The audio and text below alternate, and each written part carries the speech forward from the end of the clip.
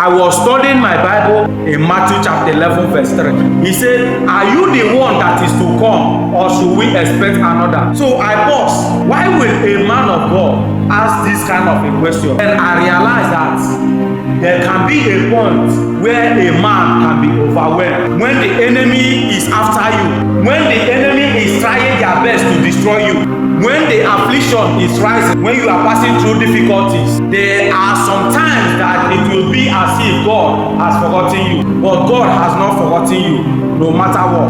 There are some times that a man can be overwhelmed and things will no longer be moving the way that you think. You are to hold on to God in prayers. John was in the prison. He was about to be executed. And it's as if everybody have forgotten him. So he called his disciples. He said, come and tell Jesus whether he is the one that is to come, or should we expect another. As John was in the prison, he was likely expecting that Jesus will come and overthrow all these evil rulers. He was expecting that Jesus will come and establish a visible judgment. As John was in the prison, he was expecting an immediate deliverance. But Jesus was preaching healing, and he was not confronting Herod. At this point, John's faith was being tested by trials, by suffering, by affliction. John believed in the Messiah that is to come. He believed Jesus to be the Messiah. This question from John is not an unbelief. It's not a question of unbelief. The question expresses confusion and not unbelief. The question expresses seeking clarity and not rejection. This question from John the Baptist was a cry of a servant that needs help. Jesus did not rebuke them. Rather, his response was that they should go back and tell John what they have seen, how the sick has been healed, how the oppressed has been delivered. Jesus added to the response in verse 6. He said, blessed is he that is not offended in me. The church will rebuke a church worker that has offended, and they will write an apology later. But today, anyone that is being rebuked will see them saying, I will change church. They will not even be coming to church again just because they have been rebuked. Because the Bible says, who God loves, that is who he chastises. If God does not love you, he will not chastise you. So I have come to recognize that faith is tested when circumstances contradict expectation. You can be praying that God should bring something today, and God will bring it tomorrow. You can be praying that God should deliver you from what you are passing through in your family, that God should deliver you from poverty, but God can give you the grace to be in that condition. God can give you the grace, the ability to stand to that condition.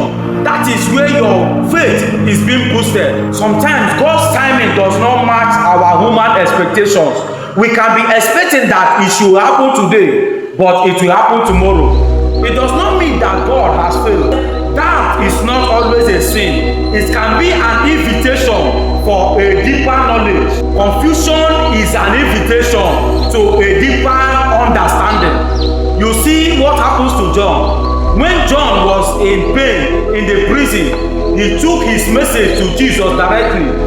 Meanwhile, if it were to be you can be going around asking around, who is that man of God? Are you sure this man is not fake? Why am I in this difficult time and this man is not asking? Many have left a church because they were in sickness and the church did not ask. It is not to sigh for the church, but it could be that God is trying to check your faith. Whether you are really going to church because of God, or you are really going to church because of what God can offer to you. Hear this advice from me. Never allow delay to become an offense. Many have backslidden. Many have returned back to their charms. Many have returned back to their idols.